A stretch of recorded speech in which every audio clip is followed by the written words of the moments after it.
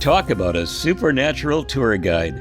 Our Heavenly Father whisked away the prophet Ezekiel to a valley full of dead men's bones, as documented in Ezekiel chapter 37, asking the prophet, "Can these bones live?"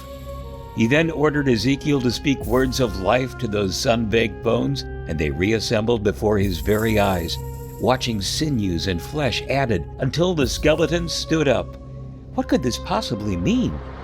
Further down in Ezekiel, it's revealed that the nation of Israel would be resurrected from the dead, predicting God's chosen people would someday, in the distant future, return to the Promised Land.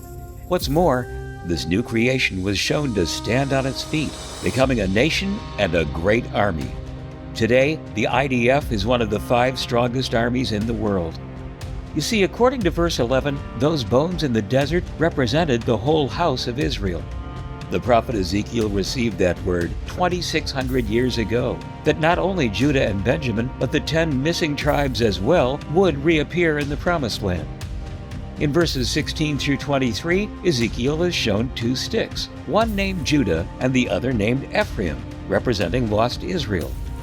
They would be brought back from the lands of the heathen where they were scattered, and those 2 sticks would be bound together to become one stick again, united, forgiven, cleansed, and made holy again. The line of David returns to rule over Israel in verse 24 in an everlasting covenant of peace, with their heavenly Father's sanctuary in the midst of them forever, as written in verse 28. 2.5 millennia later, in 1948, Israel was reborn. Not even the horrors of World War II would prevent that perfect promise from being fulfilled.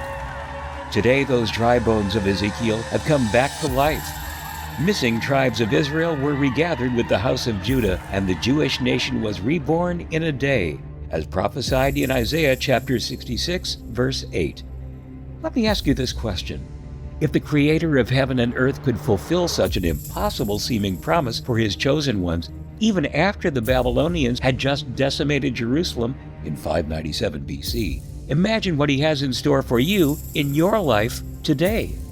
Pick up a copy of the Tanakh and read more about this exciting future history. And to continue growing in your knowledge of the times in which we're living, watch Middle East TV at metv.org.